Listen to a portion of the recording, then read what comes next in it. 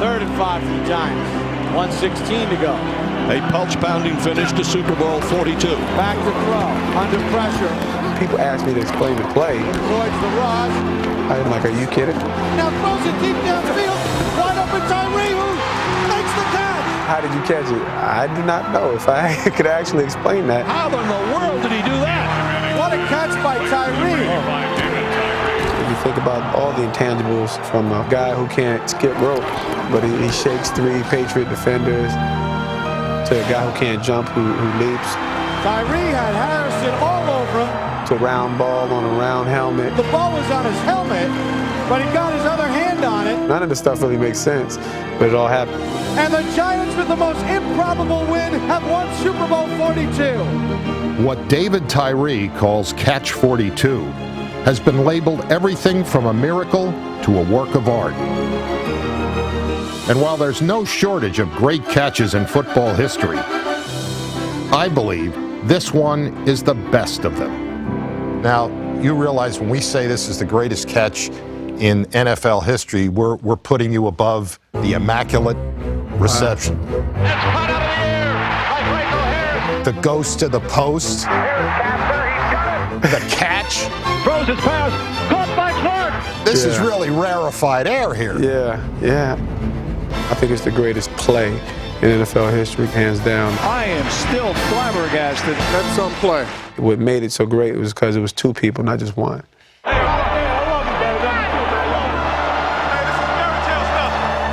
you, baby. It would be easy to think David Tyree's fairy tale is over. Knee surgery will sideline him for the start of the 2008 season. But the real miracle is not what he did on the field against the Patriots, but that he made it there to begin with. It all started in East Orange, New Jersey, when his mother, to protect him, made a pact with the devil. Now, when you were growing up, your mom knew that you were smoking dope or you were drinking. Yeah, but her feeling was, but do it in the house. Yeah. And I would never condone that. I would never, teach my children that. Being brought up in an environment where those things are okay. Who knows? Maybe it could have been a saving grace for me. Maybe I would have been out on the street acting a fool, and I could have got locked up. Your mother was saying marijuana's okay, drinking's okay, as long as you're doing it in the house. And I'm here and I'm supervising. Basically. Yeah. You must have had a lot You must have some parties at the Tyree house. My house was like, the devil's den over there. Tyree still managed to earn a football scholarship at Syracuse, and in 2003 was drafted by the Giants. But his vices would come back to haunt him. I did well for a young guy, especially as a 6th-round pick. I get Special Teams Rookie of the Year. And it's blocked by Tyree. I made lots of bad choices with drugs and alcohol, and I ended up getting arrested, marijuana possession, half a pound of marijuana. That's kind of where... Let me just, now you seem like a really level-headed, smart guy. How do you end up with a half a pound of marijuana? And how can you do something that's dumb? Yeah, it's dumb, in hindsight. But I wanted everything that came with the NFL. I wanted the women, I wanted the fame, I wanted all the glory. When you don't have the proper perspective of money, it begins to magnify every evil that's in your life. If it's women, money will help you draw more women. If it's drugs, it'll help you buy more drugs. If it's alcohol, it just perpetuates it. Let's go! Tyree was intoxicated by his own success, and the Giants' special teams ace was dangerously out of control. He fathered a child with his college girlfriend, Layla, and the night she went into labor, Tyree had to be dragged to the hospital after passing out. He would have to drink every weekend. That's when I realized it was like a problem. We would often have many talks, but the truth of the matter is he didn't see it as a problem, mostly because he was functional. I was basically a functional alcoholic. Any opportunity I had to drink, I would drink. I would come into work smelling like alcohol. Hey, David, what the hell are you doing? Come on, wake up. I need that ball down there. Giants coach Jim Fossil grew so frustrated with Tyree showing up late for meetings, he slapped him with more than $10,000 in fines. Okay, I just lost $10,000. How am I going to get that money back? My mindset at that time was, I got the best bud. I might as well get my homies together and we can start making some money. The best bud? What is, give me that. That's just a street term for marijuana. Bud? Bud. I never heard that one before. Heard? No. Well, what did they I say? heard it was reefer? a joint.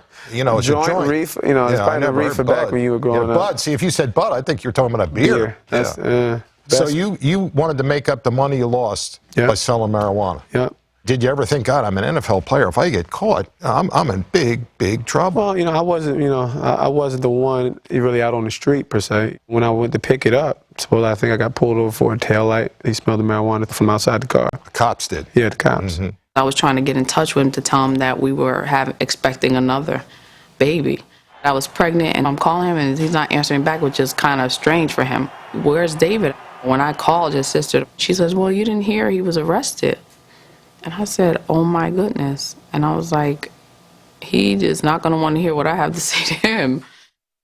I'm in that jail cell, nowhere to go, nobody to talk to, nothing else but me.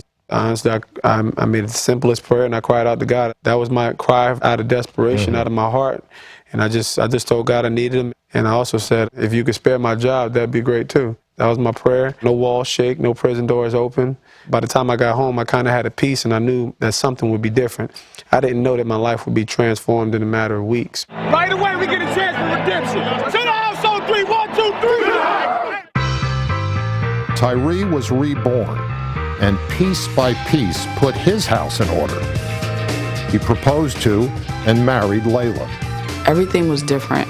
I always knew there was something special beneath all the alcohol and the drugs. That just began to manifest before my eyes. He stopped drinking, period. There was no Alcoholics Anonymous or anything like that.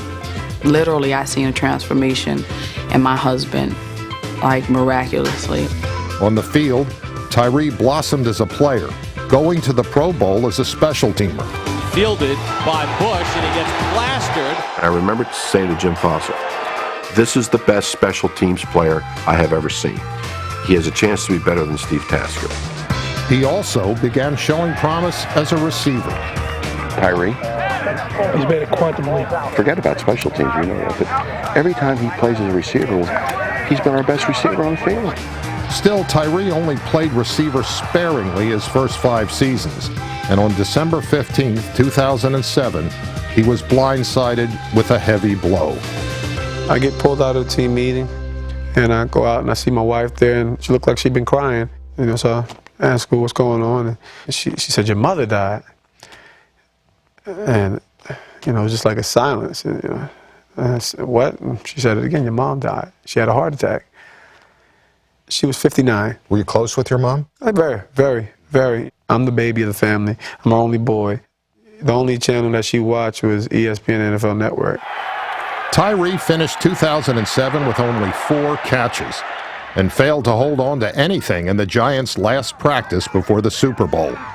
David Tyree had the worst practice in the history of practices at any level. I've never seen anything like it. You know, I probably dropped about 5 or 6 balls. I just dropped so many, it doesn't matter how many you catch, you know? Well, I give you a compliment coming out here, now you can't catch a damn thing. I catch the last ball at practice, and the whole team applauds me. Welcome to Super Bowl 42. 48 hours later, this David caught everything.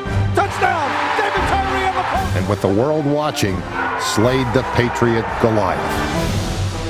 It took only 10 seconds in real time, but catch 42 was David Tyree's entire life.